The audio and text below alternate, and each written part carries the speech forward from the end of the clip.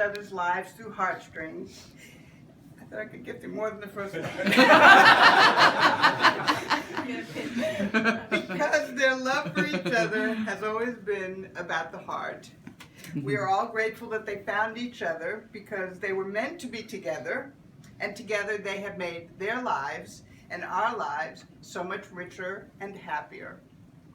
We're all here today to celebrate the love of these two handsome, talented, kind, caring, loving, and generous men who love each other passionately and tenderly and fully.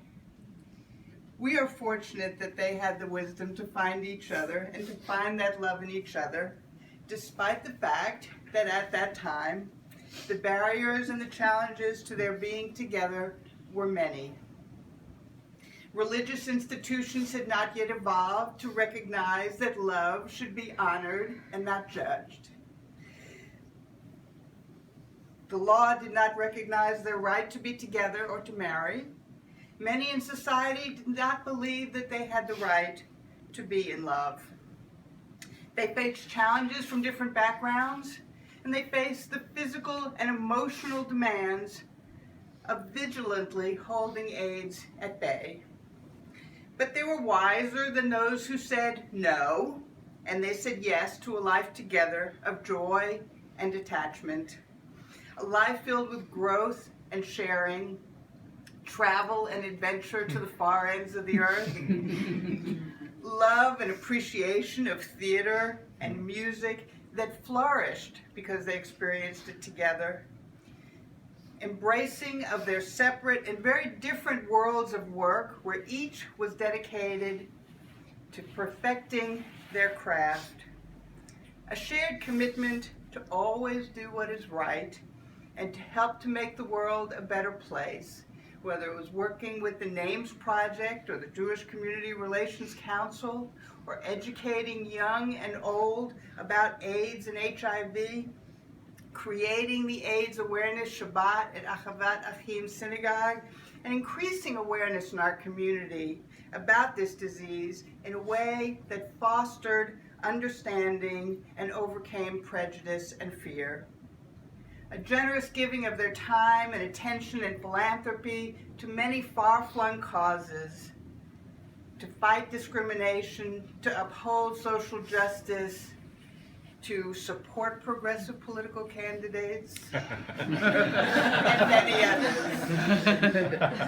They said yes to a life together, enriching their families by giving wholeheartedly and their whole hearts to each parent, brother, sister, aunt, uncle, cousin, niece, nephew, great-niece and great-nephew, and four-footed family members as well.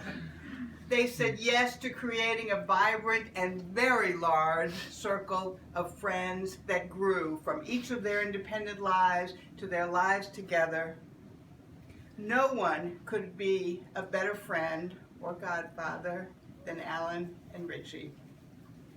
And so 16 years ago, next month, on January 15th, 2000, with many of us there in joyful and rapt attendance, Alan and Ritchie entered into a sacred and permanent pledge to love each other forever. Their commitment ceremony was beautiful and memorable and unique. It was a celebration that we all remember with great delight and admiration. They did not have the legal right to marry or to have their vows legally recognized. That made no difference to the quality, depth, or strength of their commitment to each other. They were bound and are bound in a way that no law could enhance. But we can also take pleasure that society and religion and the law have at long last caught up and hopefully will continue to make progress to end discrimination, and soon. Many advocates and lawmakers and courts have seen to it over these years that the laws must change, edged along by the efforts of many, including our own Judge Wendy Hsu, who in her wisdom and friendship is presiding here today, so that finally, in June, the Supreme Court declared the constitutional right to marry for all. And the wise members of the court said, "No union is more profound than marriage, for it embodies the highest ideals of love, fidelity, devotion, sacrifice, and family. In forming a marital union, two people become something greater than once they were. Marriage embodies a love that may endure even past death." So we cannot, by our actions today, add anything to the commitment to the love and devotion and happiness that Alan and Ritchie have shared as partners all these years, and that they have brought into all of our lives. We cannot further consecrate what has always been sacred. We cannot dignify that which has had the admiration and respect of everyone that they knew. We cannot strengthen an unbreakable, unshakable bond that they forged together, but we can make it legal. So let's do it. So I am so sorry to be so late to this party.